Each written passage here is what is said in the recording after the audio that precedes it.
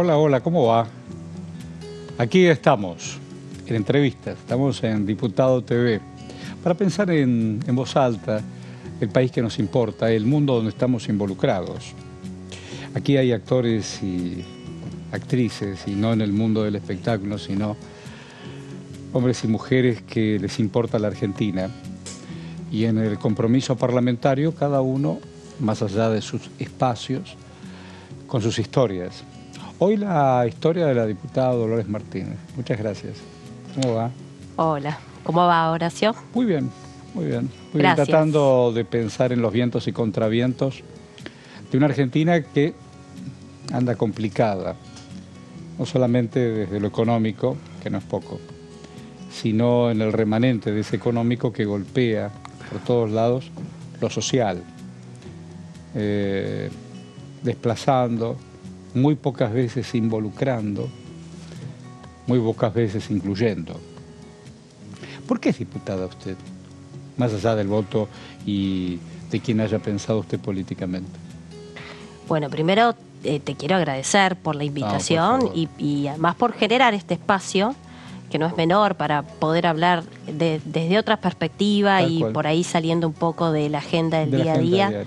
Que nos permite reflexionar con más profundidad, ¿no? Y también para dar visibilidad y que nosotros nos podamos hacer conocer desde otros aspectos ante la gente. Mira, soy diputada en primer lugar porque se generó esa oportunidad hace ya 3 años y medio. Yo estoy este año por cumplir mi mandato.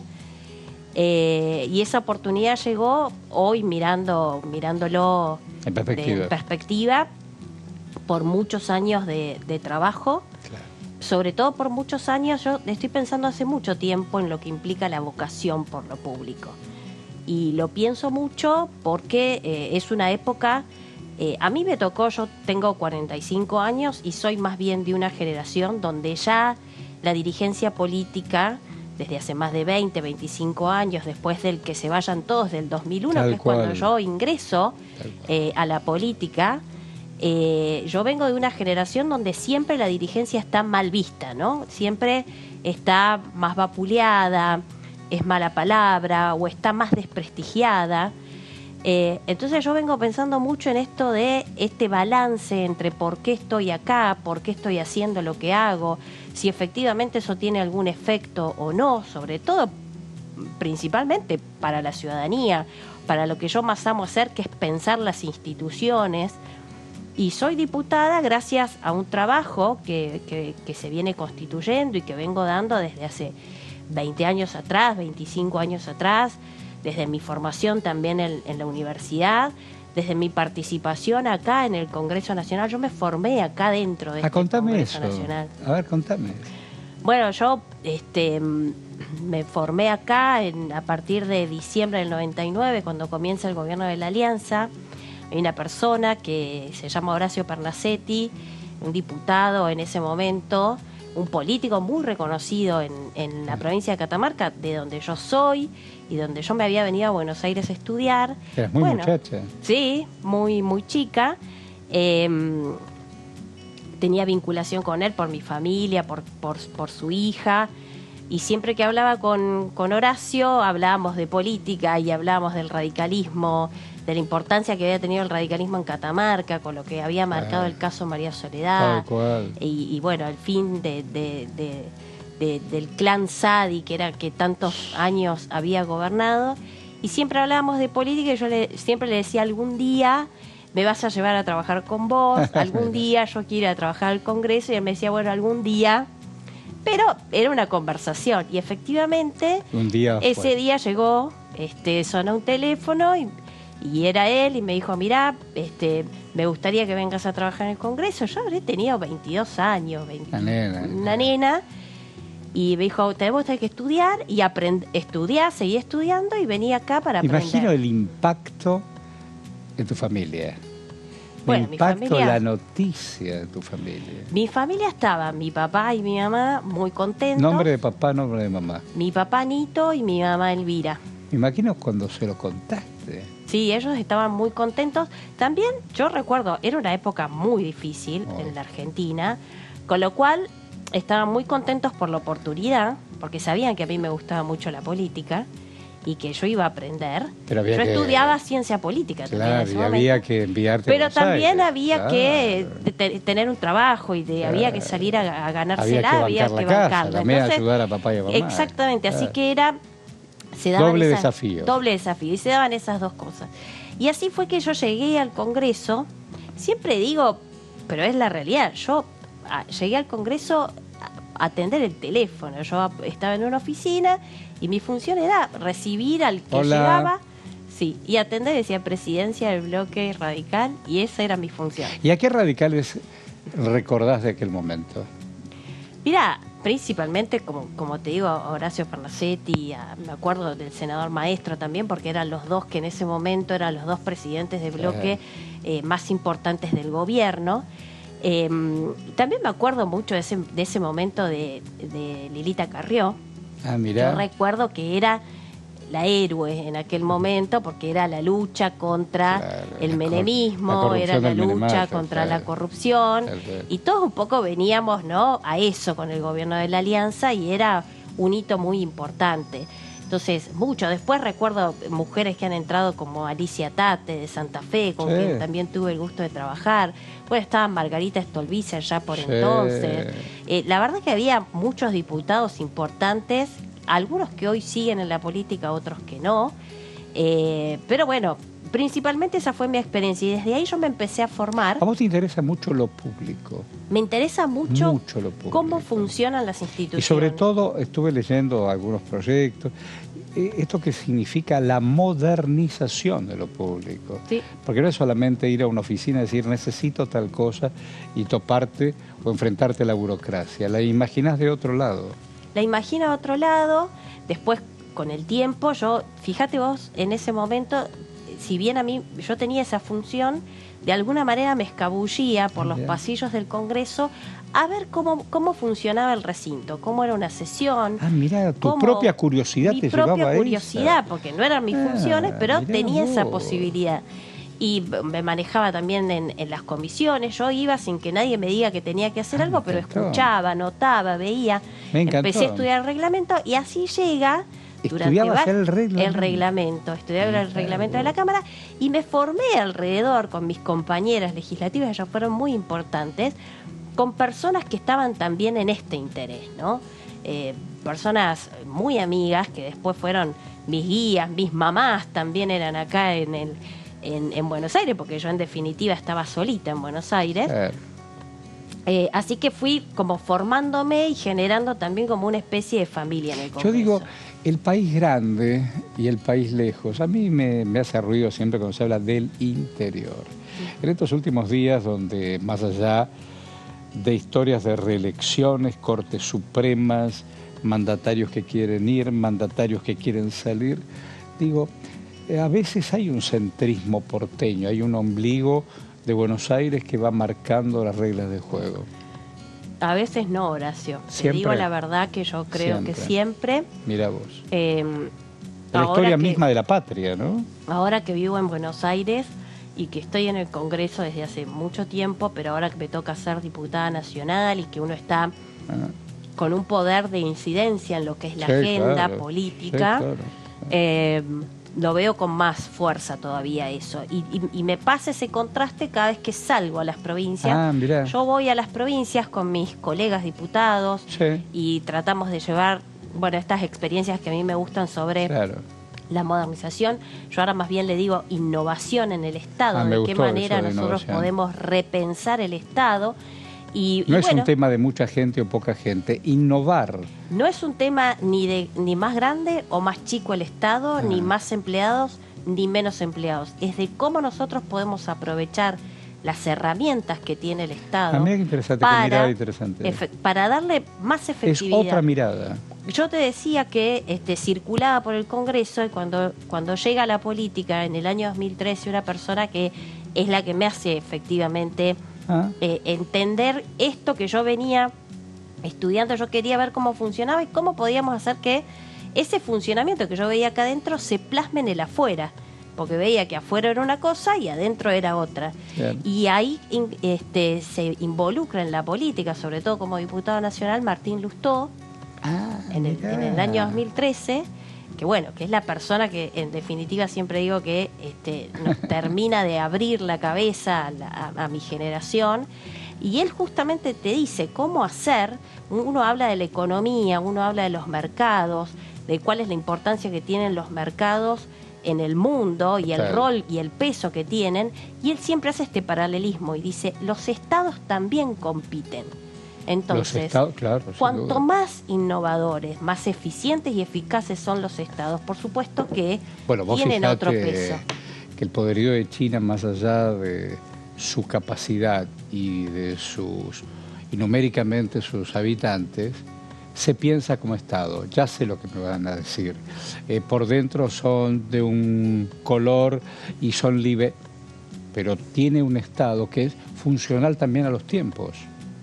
Porque cuando tenés que pensar en el Estado, por eso te decía esto de innovar, Martín Lustó habla también de ordenar el Estado, ¿no? A ver, ¿cómo es eso? Eso, cuando vos ordenás el Estado, lo repensás en función de lo que tenés como Estado, lo ordenás, generás prioridades. A ver. Efectivamente. Entonces, ¿vos qué? Que no basta con distribuir o diseñar presupuestos, es decir, pongo más en salud, más en educación, en seguridad. ¿Cómo es la cosa? El presupuesto es una herramienta.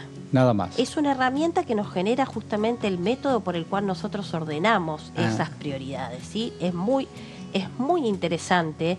Yo tuve la posibilidad ya en estos años como diputada nacional de estar, como se dice en la jerga, metida en la cocina del presupuesto y cada vez entenderlo más.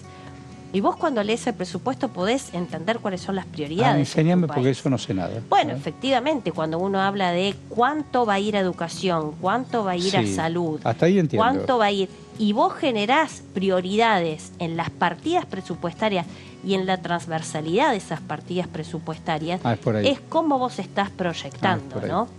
Entonces, eso me parece fundamental. Creo que esa es la línea que se ha perdido en los últimos años en la Argentina. ¿Y cómo lo interpretas? ¿Por qué se perdió eso?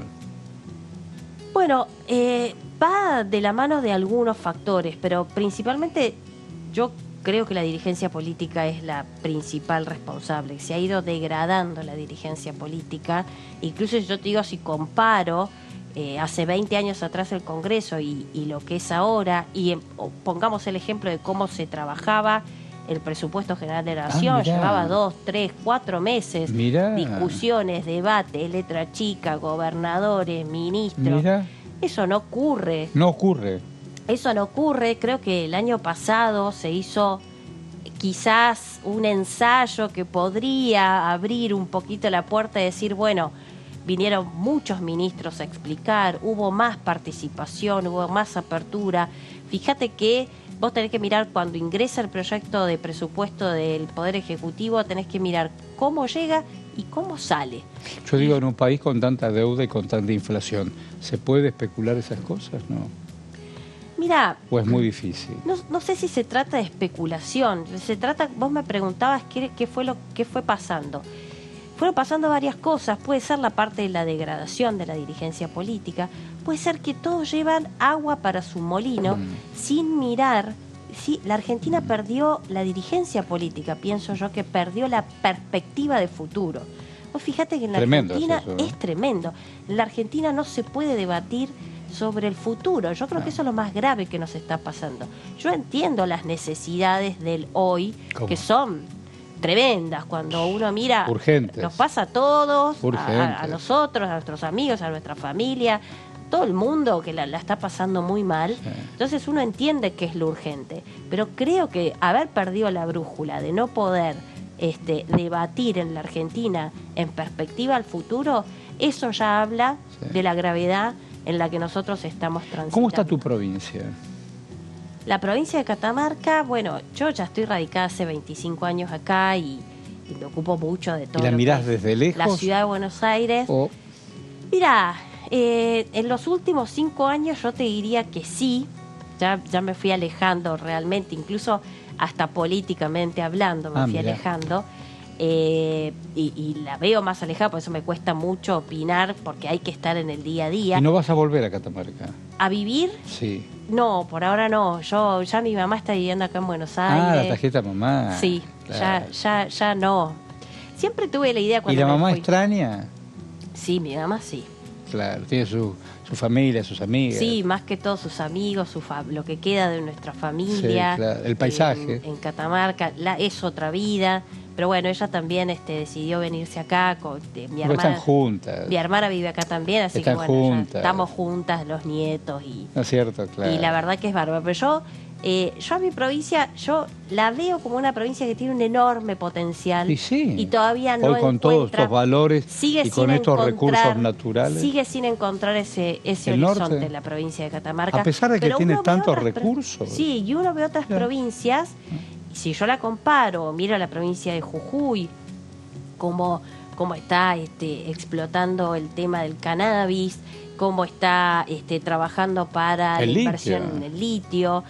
Si mirás la provincia, el otro día estuve en la provincia también de San Luis, cómo explotan, por ejemplo, el turismo. Claro. Que pienso que Catamarca tiene una joya verdadera ahí para explotar. Yo creo que es una provincia con un enorme potencial, pero que todavía falta. Y me decía una legisladora que faltaban puentes, que faltaban caminos. Digo, ¿cómo puede ser? Todavía falta porque yo creo que Catamarca tiene uno de los principales problemas que tiene que ver con la generación de trabajo genuino, ¿sí?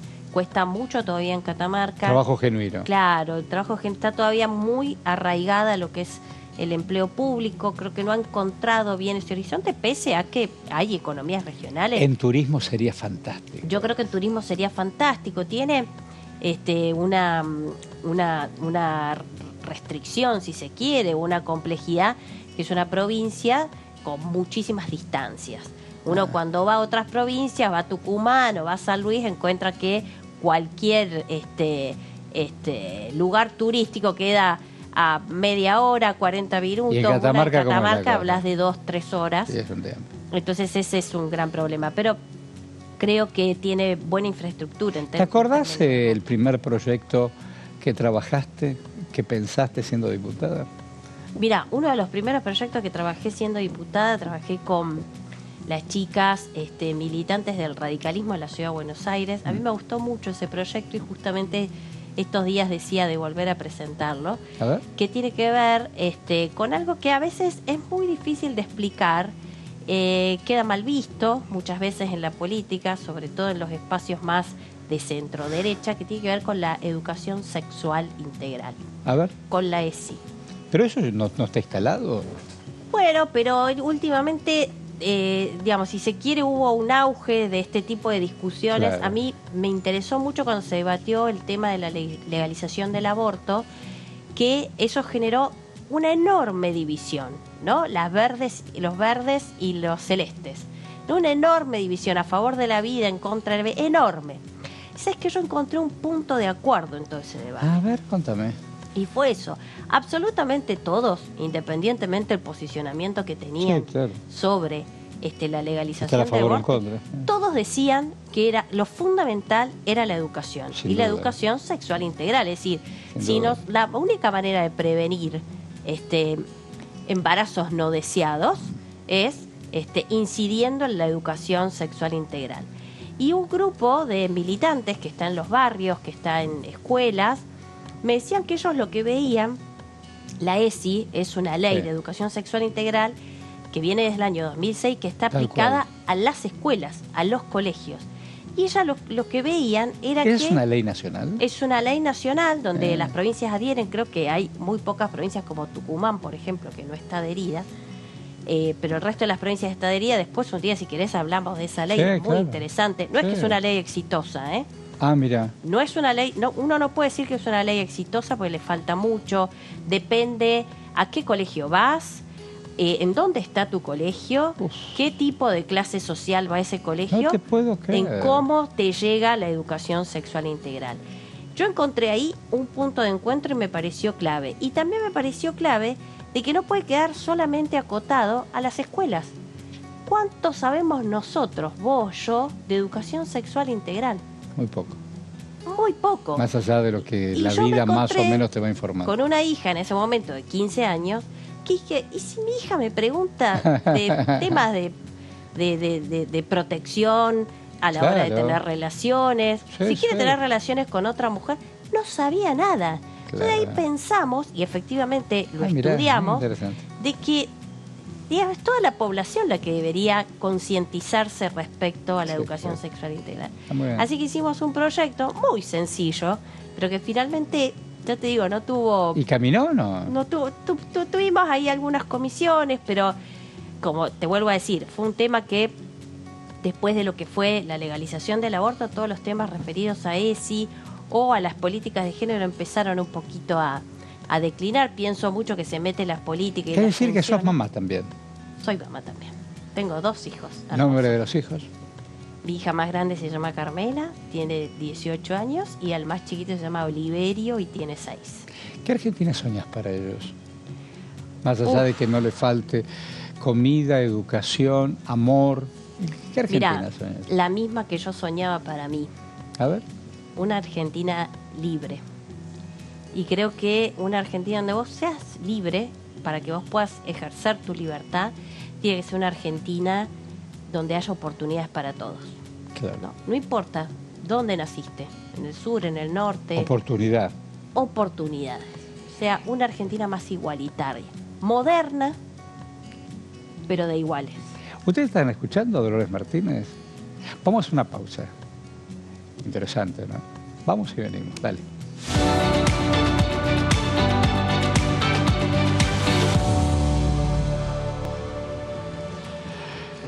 Hola, hola, ¿cómo va? Aquí estamos, pensando en voz alta con Dolores Martínez, diputada, claro. Y nos está recorriendo no solamente su paso por el Congreso y cómo soñó las ciencias políticas y cuando se encontró con la política y el entramado y los intereses, pero piensa en el Estado con la modernización, y fue clara, no con más gente, con menos gente, encontrarle la vuelta para que esas partidas presupuestarias puedan tener la acción y el resultado. Si no es complicado. Decime, ¿eras buena alumna cuando eras chiquita? Yo recuerdo que a mí me gustaba ir al colegio, Bueno, no es poco.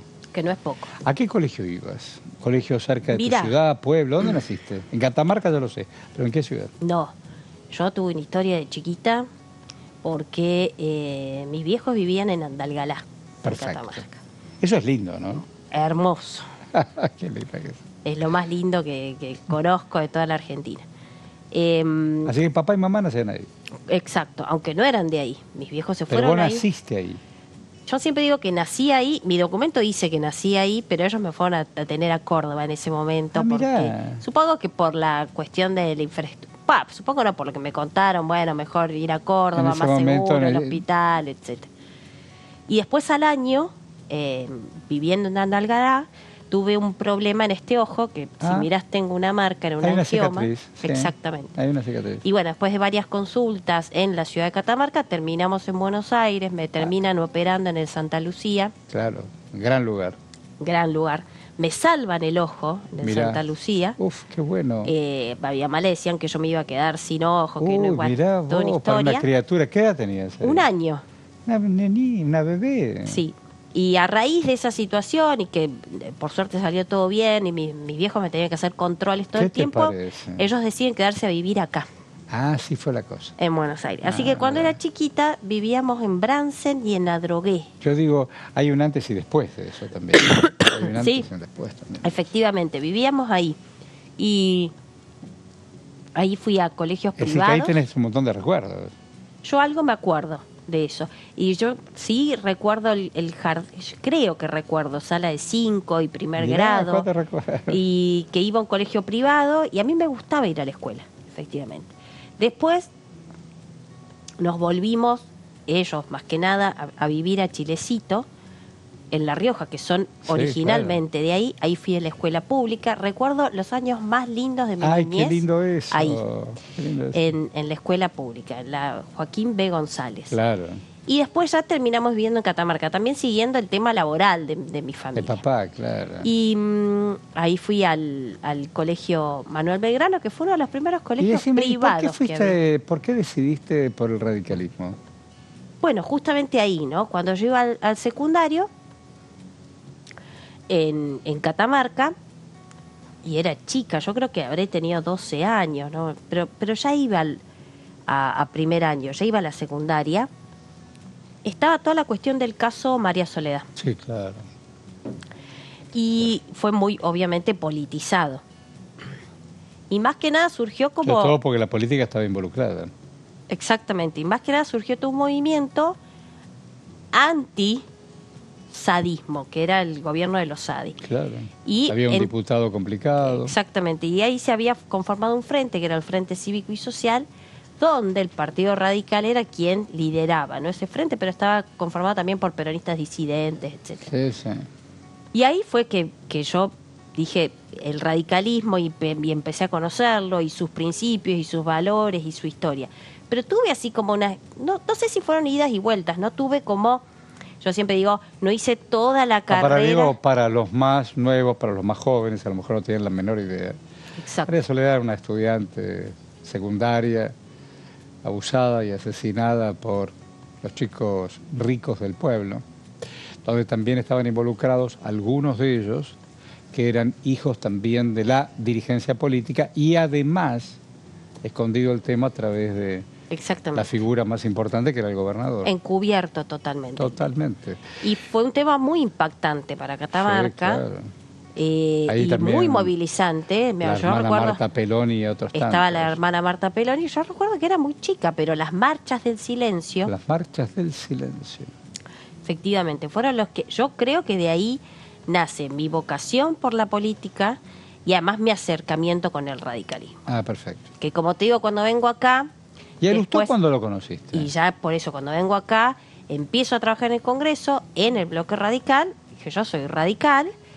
Y siempre lo remarco porque en el radicalismo esto es muy religioso y hay toda una carrera orgánica que vos tenés que hacer en el radicalismo y que yo no la hice, que es, bueno, desde qué año te afiliaste, desde qué año fuiste a la franja, desde si pasaste por las distintas... Y bueno, y a mí me pasaba que yo no había sido parte de esa formación. Yo me formé en el radicalismo desde el Congreso Nacional. Te entendí, claro.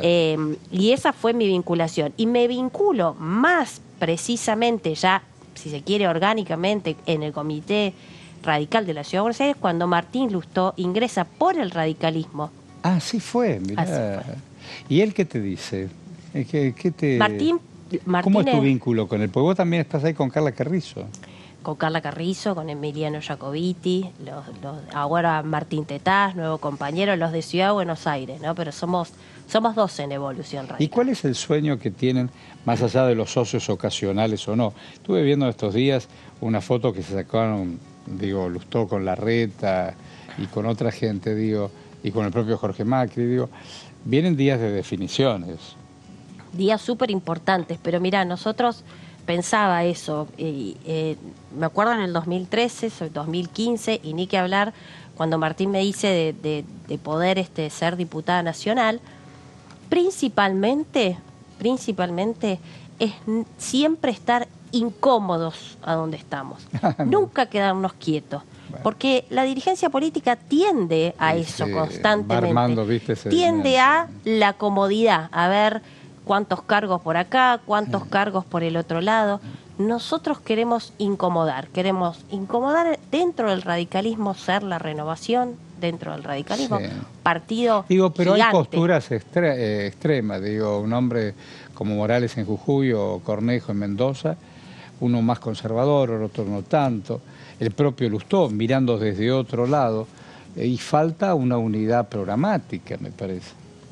Mira, hoy te puedo decir... Más allá de los contrastes, al oficialismo le pasa lo mismo. Te puedo decir que eso sí, efectivamente me genera preocupación.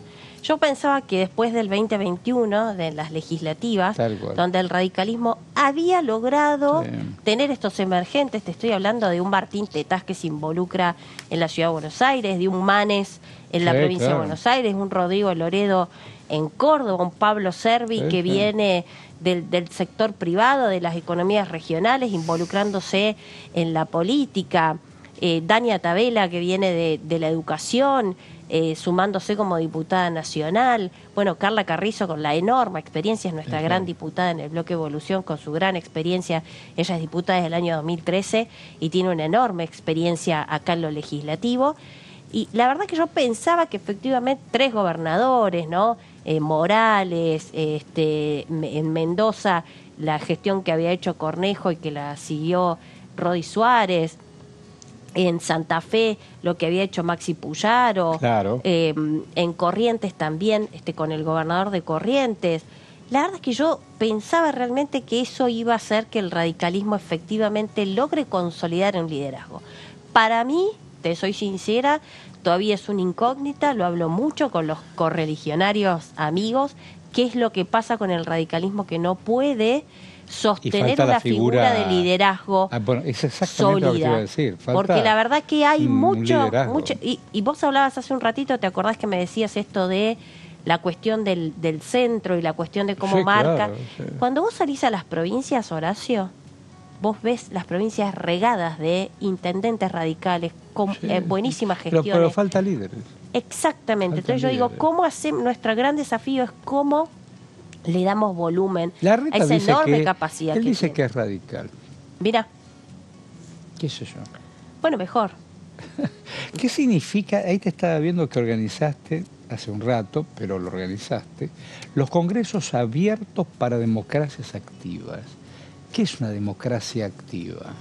Eso, justamente. Mira, esto viene de la mano de los congresos abiertos, viene el año 2015. A mí me toca el desafío de poder instalar acá en el Congreso Nacional, como directora de modernización, políticas que tiendan a que el Congreso, al menos, yo digo esto, al menos no sea tan opaco, ¿no? O sea, veníamos de una época de cuánto cobra un diputado, qué hacen los diputados, por cuándo van al Congreso. Un cuestionamiento todo el tiempo. Un cuestionamiento constante. ¿Por qué? Porque no sos transparente, no sos un Congreso abierto. Hay una movida que inició en el año 2008 el presidente Obama, cuando él asume por primera vez la presidencia de los Estados Unidos. Él ingresa a la Casa Blanca y le dice a sus... Él había sido senador. Exactamente, ingresa a la Casa Blanca y le dice a sus colaboradores, bueno, a partir de mañana quiero que absolutamente todo sea público, que esté todo publicado de manera totalmente abierta y transparente. Todos se miraron y dijeron, ¿todo? Sí, absolutamente todo. ¿Sabés qué? Ahí se empezó a armar toda una movida a nivel mundial de los gobiernos abiertos. Ah, mira lo que me estás enseñando, no sabía. Claro, se armó una movida, se conformó una alianza de los gobiernos abiertos, que la conforman más de 74 países en el mundo, Open Government Partnership, conformada esa alianza por los gobiernos, los estados y la sociedad civil. Y empezaron a planificar políticas que tiendan a la transparencia, la rendición de cuentas y la participación ciudadana. Muy bien. Y yo quise traer eso a nuestro Congreso. ¿Y la Argentina adhiere. ¿Y lo hiciste? Sí, por supuesto, lo hicimos. Sí, por supuesto. La Argentina adhiere a los congresos, a los gobiernos abiertos, forma parte del Estado. Con la época del presidente Macri, la verdad que en términos de modernización del Estado se había avanzado bastante, y el tema del gobierno abierto fue un emblema que tuvo el gobierno de Cambiemos en ese momento. Y la verdad que hoy cuando vos mirás, vas a la página del Ministerio de Economía y ves lo que es presupuesto abierto, bueno, viene desde ahí. Ah, mirá. ¿Sí? Y toda esa apertura viene desde esa ¿Cómo te llevas época. con los militantes de esos socios de Cambiemos que fue el PRO? ¿Pudiste trabajar con ellos, sí. pensar la Argentina juntos? ¿Cómo te fue? A mí me gusta algo que tiene el PRO, me gusta, de muchas cosas soy crítica y de otras cosas me gustan mucho. A mí me gusta del PRO que tiene un método para trabajar en política, que a veces es difícil. Viste que yo te decía, los políticos tienden muchas veces a sentirse cómodos y ya quedarse y aplomarse ahí, ir por el cargo y punto. El PRO tiene algo que es interesante, que es aplicarle un método a la política. La política no es de eso. Cuando vos explícame, ¿cómo es eso? Cuando vos estás en el sector privado, por ejemplo, generalmente vos trabajás un trabajador cumple su horario, pero trabaja o por objetivos, claro. Tiene que cumplir no solamente un horario, tiene que cumplir ese objetivo, sí. Tiene métricas, digamos, que miden su desempeño, digamos, y en función de eso, el sector privado de una empresa dice, ¿me va mejor o me va peor? Bueno, en el Estado... Si hace la plancha lo mismo. Claro, y no hay como un criterio ordenador. Y yo creo que el PRO trajo eso a la política. Al principio incomodó mucho. Todos miramos, cuando digo al principio, estoy hablando hace 10 años atrás, todos miramos y decía, son como un poco robots estos que vienen a la política a querer establecer un método. Y yo creo que eso funcionó. De hecho, creo que es lo que funcionó mucho en la Ciudad de Buenos Aires. Tener un método, tener mediciones, trabajar en base a evidencia científica y poder obtener resultados que sean medibles en el gobierno. Entonces, le puede ir mejor o peor. Después vemos si te gusta más o menos. No estoy diciendo eso, ¿no? Sí. Hay algunas cosas que me parecen bien y otras no. Pero creo que el método funciona. Y eso a mí me gusta mucho del PRO. Que tienen un método, ¿Y cómo te lo llevas con el persiguen y lo Frente de cumplen. Todos? Y con el Frente de Todos, depende. Tras de escena me llevo mucho mejor que en escena. Ah, mira, digamos. mira. Mira, yo creo que el Frente de Todos, yo me llevo bien de que nos unen algunas cuestiones que están muy relacionadas con esto de los principios de la democracia, Qué bueno. la defensa del sistema democrático, bueno. la libertad de expresión, el trabajo por los derechos humanos. A mí, desde la formación radical que tengo, claro. Eso con el Frente de Todos, con el peronismo. Claro, ¿cómo lo vas a defender? El juicio a la Junta. Efectivamente. Claro. Entonces, ahí nosotros tenemos... Es una mirada que tenemos en el Frente de Todos. Y en esto de pensar el país moderno, el país que se tiene que informatizar, el país que tiene que competir con las grandes ligas, ¿qué piensas? ¿No lo pueden hacer juntos? Bueno, ahí yo creo que hay un problema con el Frente de Todos, es que se armó, sobre todo con el kirchnerismo, ¿no? Más que nada, hoy. Es tal el relato que creó el kirchnerismo, ¿no? Alrededor de lo que debe ser hacia la patria es el otro, ¿no? Hay un relato muy importante ahí que después en la práctica les cuesta llevarlo a cabo. Pero entonces constantemente está ese relato que hay que defender, que te cuesta sentarte al lado y decir, no, pará, discúlpame, no es tan lejos de lo que pensamos, no estamos tan lejos de lo que pensamos.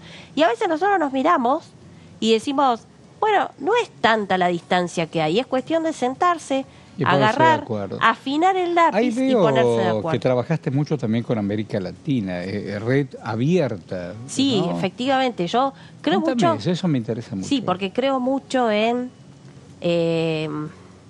digamos, acá no hay que inventar la rueda. Cuando nosotros hablamos con esto que te digo de repensarlo al Estado, de ver de qué manera nosotros hacemos que los Estados sean más competitivos, no estamos hablando de que hay que inventar algo que nadie hizo. Ya hay países que lo hacen. Cuando hablamos de los congresos, esa experiencia es muy buena. Ir a ver qué están haciendo los demás congresos. Lo haces, sí. Lo he hecho durante una época. En esta época ya como diputada nacional es un poco más difícil porque uno cuida más la exposición de los recursos públicos. Además, a mí me tocó legislar durante 2 años en pandemia. Ah, eso me vas a contar. Sí. Eso fue difícil eso, muy ¿no? difícil. Sí. Utilizo mucho las videollamadas, el Zoom, etcétera, y me conecto, me quedan muchas conexiones sobre todo con organizaciones de la sociedad civil o con organismos regionales que reúnen a los congresos de la región. Claro. Y se trabaja en ese nivel. Hay diputados como Margarita Stolbizer, como Graciela Camaño, que también están mucho en esta agenda. Escuché con mucho interés a Graciela Camaño más bien en esta de la defensa del ecosistema. Lo que sabe, lo que estudia esa mujer. Sí, está haciendo una maestría además ella. Muy bien, muy bien. Es muy bueno escucharla. Pero y eso te decía yo que es muy bueno que tener voces como las de Graciela Camaño, como la de Stolbizer, como la de Carla Carrizo, que yo siempre le digo es la diputada que más trabaja la agenda de la gente, porque es muy difícil en la coyuntura, en el día a día, trabajar con una perspectiva de futuro. y ellas son diputadas que pueden hacerlo. Cuando Graciela te habla de la cuestión ambiental, te está hablando con una perspectiva de futuro. Y a nosotros en el día a día nos cuesta... Me habló del mar y de los océanos. Exactamente. Hoy estuvimos debatiendo en el Congreso las redes de pesca. Ah, sí, estuve atento a eso. Y efectivamente dije, bueno, por fin podemos discutir un tema que tiene que ver con mirar hacia adelante. Sí, la diputada ¿no? Zubik. Exactamente. En esto de, bueno, pesco y tiro... ¿Cómo pesco y tiro? Y los animalitos comen el plástico, termina todo dado vuelta. ¿Estás enamorada? En este momento no. Hace 1 año y medio estoy separada. ¿Le pones mucho amor a los pibes, a tus hijos? Claro, no el enamoramiento de una pareja. Yo estoy muy concentrada en mi familia. Fue difícil la pandemia. Fue difícil la pandemia. Sí, muy difícil. Y no me quiero imaginar, yo siempre digo, y eso que no tuve la pérdida de un ser querido. Claro. No me quiero imaginar eso también. Pero fue muy difícil la pandemia.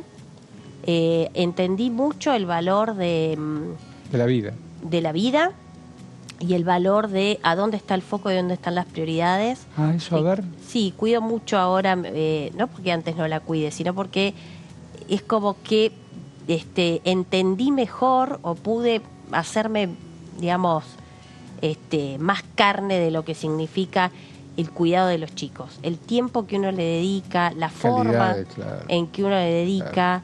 Y fueron tiempos muy difíciles. La política es salvaje en ese sentido, te cuento, ¿no? Impiedosa. Es impiedosa en ese sentido, y aunque suene a política de género y a qué está diciendo esta mujer ahora, para las mujeres es peor. ¿Te fue difícil como mujer tratar de ir ubicando un lugar en la sociedad? Estoy hablando de esta cuestión de género. Sí, y no me fue difícil de manera consciente, me fue difícil de manera inconsciente. A ver, ¿cómo Después con el tiempo entendí que era porque soy mujer. Bueno, yo fui mamá joven, estudié con panza, trabajé con panza, y la verdad que siempre digo... ¿Y te trataban bien?